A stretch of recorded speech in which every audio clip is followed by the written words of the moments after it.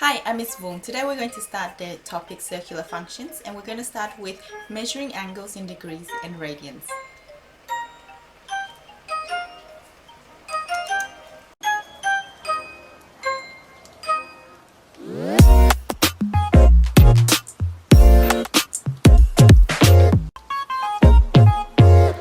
We're going to look at the unit circle. Before we do that, let's revise that is the first quadrant, that's the second quadrant, the third quadrant is over here, and that is the fourth quadrant. When we go anti-clockwise from the positive x-axis, we're traveling in the positive direction, and when we start over there going clockwise, we're traveling in the negative direction. Now the unit circle has a radius of 1, so it's a center at 0, and it reaches at these points over here because it has a radius of 1.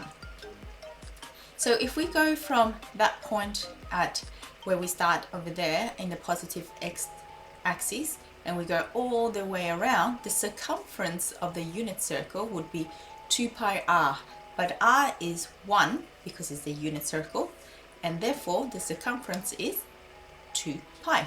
So if we've traveled all the way around, we've traveled 2 pi. If we traveled halfway around, we've traveled pi. If we traveled, let's say, up halfway from here to here, then we've traveled halfway from here to pi is pi on 2. And then if we travel all the way down here, then we've gone from 1 to 1.5 pi, because all the way around is 2. 1, 2. So that must be 1.5 pi, or 3 pi on 2. We can also travel clockwise in the negative direction. If we go that way, that would be negative pi on 2. So we can see that negative pi on 2 is the same as 3 pi on 2. And we could also do negative pi, and that would be the same as pi. So positive direction, negative direction. Let's have a look at the radius of the unit circle. If I move the radius onto the circumference, so one exact radius or one radian across into the circumference, we call this angle that it makes 1 radian, and the symbol for radian is C, so the unit radian has a little symbol C. Now if we go around the circle, we notice that 3.14 radian is pi, so that's 1, 2, 3 and a bit, that's pi. So radian is the pink unit we've written over there, so that's pi over 2 radian, that's pi radians, 3 pi over 2 radian, 2 pi radian.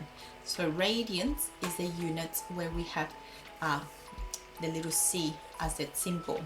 So 1 radian is the angle made by an arc of a length unit 1. So that blue line over there. So what do we notice? Well, if this is the units in radians, we also know angles in degrees. And we know that this angle here is 90 degrees. This angle here from 0 all the way here, it's 180 degrees. And this angle from here all the way to here is 270. And if we go a full circle, that's 360. What can we do with this understanding? We can convert between radians and degrees. We notice that pi is equal to 180 degrees. And if we divided the pi on both sides, we notice that we obtain 1 radian is equal to 180 over pi. And likewise, we can divide both sides by 180 degrees to obtain that 1 degree is equal to pi over 180. We're going to use that to convert. We can convert from degrees to radians and radians to degrees. Now, for example, if I have 90 degrees, how do I convert to radians? So we know 1 degree is equal to pi over 180, so 90 would be 90 times that. And another way to remember this is, if I want to go to radians, so if I want to end up with radians, then my numerator should be radians, so pi. My denominator should be the thing I'm trying to cancel, degrees. So I repeat, if I want to go to radians, then my numerator will be radians, so pi, and my denominator will be the thing I want to get rid of or cancel, which is degrees. So now let's cancel out the 90 and 180 to get 2. 90 into 180 is 2. So we have 90 degrees is equal to pi over 2. And that's what we expected. Remember in the previous page in the unit circle? Let me bring it back. 90 degrees is pi over 2. So it works. Let's do 60 degrees. Again, we're going to radians, so we want to keep radians, so it's pi over 180 that we're multiplying by. And then when we simplify 60 and 180, there are 6 times 3 is 18, so that's 3. So we have pi over 3. Let's do the reverse. Let's convert from radians to degrees. So if we had pi over 2, how do we get to 90? Now we want to multiply by, well, we want to get to degrees, so we want to keep degrees is at the top, and we want to get rid of pi, so the pi is at the bottom. So 180 over pi. And we can see that we get rid of pi by cancelling.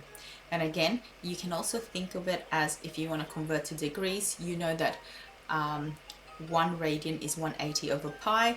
So if I have pi over 2 radians, I can multiply by 180 over pi to obtain how many degrees it is. Whichever way helps you remember it. So 180 divided by 2 is 90, so now we have 90 degrees as expected. See, it's the same question. Let's try the other one. So pi over 3, see how we obtain 60 degrees. Again, to get to degrees means we have to multiply by degrees and divide by the radians, so 180 over pi. So now cancel out the pi's. 180 divided by 3 is 60, so now we have 60 degrees. Have a little bit more practice and make sure that you're quite efficient and you remember what to multiply by when you want to go to radians and when you want to go to degrees. Thanks for watching. I'll see you next time. Bye.